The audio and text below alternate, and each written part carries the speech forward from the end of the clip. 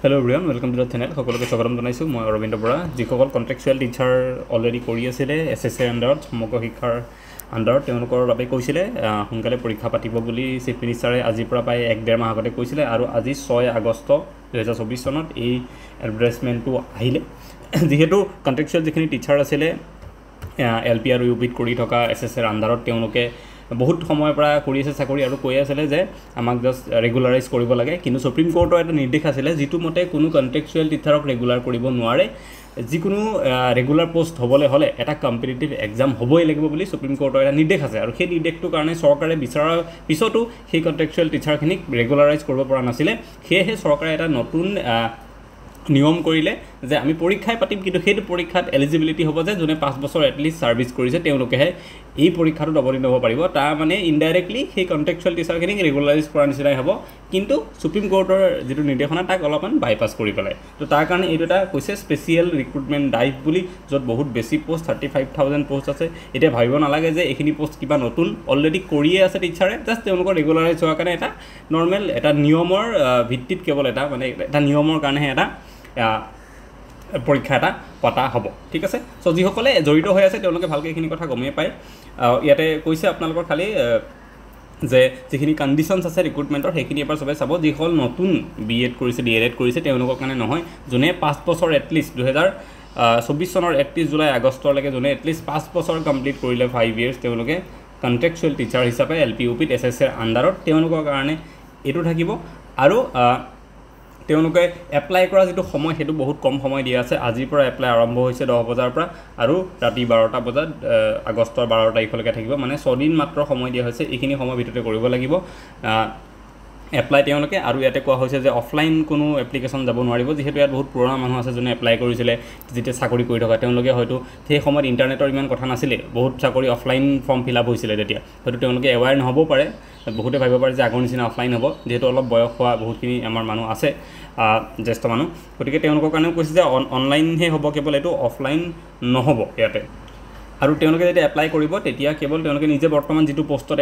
চাকৰি কৰি আছে কন্ট্ৰাকচুৱেল টিচাৰ হিচাপে সেই পোষ্টটোহে সেই তেনেকুৱা সেই চাকৰিটোত এলপি যদি আছে এলপি ইউপি যদি আছে ইউপি তাতেহে তেওঁলোকে এপ্লাই কৰিব পাৰিব বেলেগ কোড কৰিব নোৱাৰিব বা দুটাত কৰিব নোৱাৰিব এলপি ইউপি দুটাতে কৰিব নোৱাৰিব বা কোনোবা যদি এলপিত আছে ইউপিত বা ইউপিত যদি আছে এলপিত কৰিবহি নোৱাৰিব সেইটো এটা কথা এই পইণ্টত কোৱা হৈছে আৰু ডকুমেন্টছ কি লাগিব অনলাইন হেতু পৰ্টেলত তেওঁলোকে গম পাব এতিয়া ইম্পৰ্টেন্ট কথা হ'ল এপ্লাই কেনেকৈ কৰিব এপ্লাই কাৰণে এটো Assam গভৰ্ণমেণ্টৰ ৱেবছাইট আছে dw.assam.gov.in সেই অফিচিয়েল ৱেবছাইট ভিজিট কৰিব বেলেগ ইনফৰমেশন লাগিলেও তাতে পাব আপোনালোকে আৰু এপ্লাই কাৰণে আপোনালোকে তাৰ পৰাই কৰিব পাৰিব গতিকে ইয়াতে আমি আজি চালো এখিনি 35000 প্লাস ভ্যাকেন্সি কিন্তু নতুন ভ্যাকেন্সি কিবা নহয় যিসকলে অলৰেডি কন্ট্ৰাকচুৱেল হিচাপে কৰি আছে চাকৰি তেওঁলোকক ৰেগুলাৰাইজ কৰিবৰ কাৰণে এটা ৰিক্ৰুটমেণ্ট ড্ৰাইভ সেইকাৰণে এৰ নাম স্পেচিয়েল ৰিক্ৰুটমেণ্ট ড্ৰাইভ বুলি দিয়া হৈছে আমি আমাৰ কালি এটা মক টেষ্ট লঞ্চ কৰিছিলো এডিআৰই মানে নতুন প্যাটাৰ্ণত আপোনালোকে সাইডত গুটেই আমাৰ ডিটেইলছটো দেখিবলৈ পাইছে ইয়াত কেনেকুৱা গুটেখিনি লিখা আছে একদম ওপৰত যেটো কথা লিখা আছে যে মেড বাই সিলেক্টেড ক্যান্ডিডেটস তাৰ মানে আমি যোৱা বছৰ এডিআৰই পাস কৰা 13-14 জন মানুহ আৰু এপিএসসি পাস কৰা মানুহ আছে বেলেগ বেলেগ পৰীক্ষা এপিএসসিৰ তেওঁলোকে মিলি পেলাই আমি এটা নতুন প্যাটাৰ্ণত মক টেষ্ট সিৰিজ বনাইছো নতুন প্যাটাৰ্ণ মানে কি আমাৰ যে এতিয়া সোশ্যাল সায়েন্সৰ কোৱেশ্চন যে 30টা আহিব বুলি ক'লে ইংলিশত যে আগতে 20টা আহিছিল এটা 35টা আহিব বুলি ক'লে ইংলিশ কম্প্ৰিহেনশনটো যে অলপ বেলেগ হৈ গ'ল আমি কি হ'ব আইডিয়াই পোৱা নাই সবে হয়নে তো কেনেকুৱা হ'ব পাৰে পেপাৰখন আমাৰ যিখন পেপাৰ আমি পৰীক্ষাত দেখিবলৈ পাম সেই পেপাৰখন কেনেকুৱা হ'ব পাৰে তেনেকুৱা সেবাৰ এখন মডেল পেপাৰ আমি বনাইছো এখন নহয় চাৰিখন বনাইছো তেনেকুৱা পেপাৰ আমি তো ডিটেইলছ খিনি এটা লিখাই আছে আপোনালোকে লৈ ল'ব পাৰিব মই এবাৰ পটককে কৈ দিছো ডিটেইলছ খিনি তাৰপিছত মই কেনেকৈ ল'ব লাগে সেইটো কথাও কৈ দিম সো সেবা মডেল পেপাৰ একদম সেবা যেনেকুৱা পেপাৰ আহিব আমি তেনেকুৱা ধৰণে পেপাৰখিনি বনাইছো আৰু যিখিনি কোৱেশ্চন লেভেল আছে যোৱাবাৰ এডিআৰই যেনেকুৱা লেভেলৰ কোৱেশ্চন আছিল আমি তেনেকৈ দিছো কাৰণ এইবাৰো তেনেকৈ আহিব তাতকে টান কোৱেশ্চন কোনো কাৰণত নাহে ঠিক আছে হেতু লেভেলত দিছো আপোনালোকে দি চালে গম পাব যে আপোনালোকৰ কিমানখিনি প্ৰিপাৰেচন চলি আছে এতিয়া নতুন প্যাটাৰ্ণটোৰ হিচাপত ওকে তাৰ পিছত special focus on English and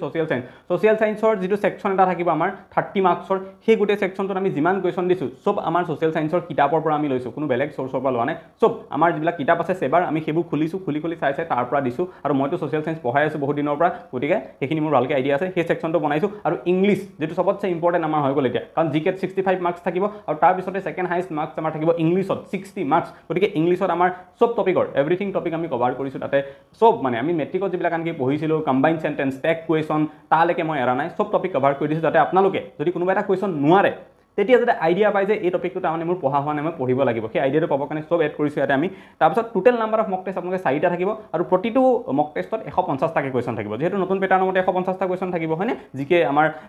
35, social 30, মেথছত আমাৰ 30, ইংলিছত আমাৰ 35, ৰিজনিঙত 20, এনেকৈ যিহেতু আমাৰ টোটেল মিলাই পেলাই 150 কুৱেশ্যন থাকিব। আমি 150 কুৱেশ্যন দিছোঁ প্ৰতিটো মক টেষ্টত, তেনেকৈ টোটেল 4টা মক টেষ্ট আছে, এটা PDF-ত কম্বাইন কৰি পেলাই আমি তাক বনাইছোঁ। আৰু চিলেবাছত যিমান টপিক আছে আমি চব কভাৰ কৰিছোঁ। এটা মক টেষ্টতে যদি গোটেই কভাৰ চিলেবাছ আমাৰ হোৱা নাই, নেক্সট মক টেষ্টত যিবিলাক টপিকৰ ওপৰত প্ৰথমটোত কুৱেশ্যন দিয়া হোৱা নাই ছেকেণ্ডটোত দিছোঁ, যিবিলাক কুৱেশ্যন ছেকেণ্ডটো দিয়া নহ'ল, যিবিলাক টপিকৰ পৰা কুৱেশ্যন থাৰ্ড মক টেষ্টত দিছোঁ। এনেকৈ আমি 4টা মক টেষ্টত 600 কুৱেশ্যন আছে total, maths, English, reasoning, social science, reading comprehension দিছোঁ, তাত চব মিলাই পেলাই 600 কুৱেশ্যন আছে। আৰু আমাৰ গোটেই চিলেবাছ যিখন থাকে যিকোনো কম্পিটিটিভ এক্সামৰ গোটেইখিনি আমি তাতে কভাৰ কৰিছোঁ। আৰু এনচাৰ কিউ আপোনালোকে লগতে ইয়াত পাব, আমাৰ এনচাৰ কিউ থাকিব, যিবিলাক শুদ্ধ এনচাৰ সেইবিলাক ৰেড মাৰ্ক কৰি দিয়া থাকিব, আপোনালোকে তাৰ পৰা চাই ল'ব, তেনেকৈও পাৰিব। গতিকে এইখিনি হৈছে আমাৰ মক টেষ্টৰ বিষয়। আপোনালোকে যদি দি চাব বিচাৰে যে নতুন পেটাৰ্ণৰ পেপাৰখন কি হ'ব, কাৰণ যোৱাবাৰ পেপাৰ বেলেগ আছিলে, 100টা কুৱেশ্যনৰ আছিলে, এতিয়া 150 হ'ল। ইংলিছৰ ৰিডিং কম্প্ৰিহেনশ্যন, ইংলিছ লেংগুৱেজ বুলি নতুন ছাবজেক্ট আহিলে, ছ'চিয়েল চায়েন্স বুলি নতুনকৈ ভৰালে। গতিকে অলপ চেঞ্জ যিহেতু হ'ল, এই চেঞ্জ পেটাৰ্ণটোত এইবাৰ পেপাৰখন কেনেকৈ অহাৰ চান্স আছে সেইটো যদি জানিব বিচাৰে আমাৰ মক টেষ্টকেইটা আপোনালোকে দি চাব পাৰে। দিবলৈ হ'লে আপোনালোকে কেনেকৈ ল'ব পাৰিব, ইয়াতে আমি কাষত এটা স্কেনাৰ আপোনালোকৰ কাৰণে দিয়া আছে। এই স্কেনাৰটো আপোনালোকে পে'মেণ্ট কৰিব লাগিব 99 ৰুপিজ, আৰু 99 ৰুপিজ পে' কৰি পেলাই যদি আপোনালোকে তলত যিটো নাম্বাৰ এইটো দিয়া আছে এই নাম্বাৰটোত স্ক্ৰীনশ্বটটো পঠাই দিব, আপোনালোকে মক টেষ্টটো PDF ফৰ্মেটত পাই যাব। অলপ দেৰি লাগিব পাৰে, 2 ঘণ্টা, 3 ঘণ্টা, 4 ঘণ্টা, বাট পাই যাব, একো টেনশ্যন ল'ব লগা নাই। আৰু যদি স্কেনাৰটোত পে'মেণ্ট নহয়, কিবা কাৰণত খেলি মেলি পায় আপোনালোকে, তেতিয়াহ'লে স্কেনাৰটোৰ তলত এটা নাম্বাৰ দিয়া আছে জিপে বুলি, সেই নাম্বাৰটোত গুগল পে'ও ডাইৰেক্টলি কৰিব পাৰে। কিন্তু সেই নাম্বাৰটোত কোনেও স্ক্ৰীনশ্বট নপঠাব, ফোন নকৰিব, একো নকৰিব, যি আছে মেছেজ দিব লগা, স্ক্ৰীনশ্বট পঠাব লগা এই নাম্বাৰটোত পঠাব, ঠিক আছে। আৰু এনেকৈ কৰিলে আপোনালোকে গোটেই 4টা মক টেষ্ট নতুন পেটাৰ্ণত 150টা কেজত কুৱেশ্যন আছে গোটেইখিনি পাই যাব, ঠিক আছে।